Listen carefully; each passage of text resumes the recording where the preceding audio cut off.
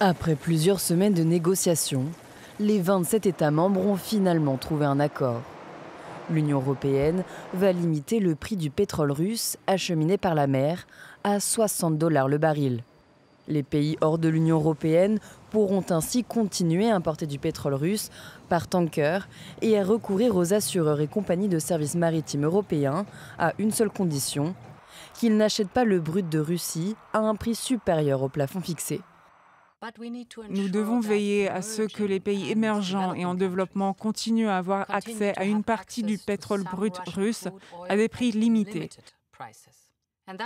C'est pourquoi l'Union européenne, le G7 et d'autres partenaires mondiaux ont décidé aujourd'hui d'instaurer un plafonnement mondial des prix du pétrole maritime en provenance de Russie. Bruxelles va sous-payer le pétrole vendu par Moscou avec un objectif principal: priver le Kremlin d'une partie de ses revenus avec lesquels il finance sa guerre en Ukraine.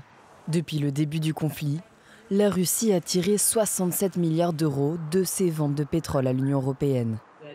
De l'autre côté de l'Atlantique, les mesures ont été saluées par Washington. Nous continuons de penser qu'un plafonnement des prix aidera à limiter la capacité de Vladimir Poutine à profiter du marché du pétrole pour continuer à financer un appareil de guerre qui continue à tuer d'innocents Ukrainiens. Ce dispositif, trouvé vendredi, vient s'ajouter à l'arrêt des importations de pétrole russe sur le sol européen, qui doit entrer en vigueur ce lundi.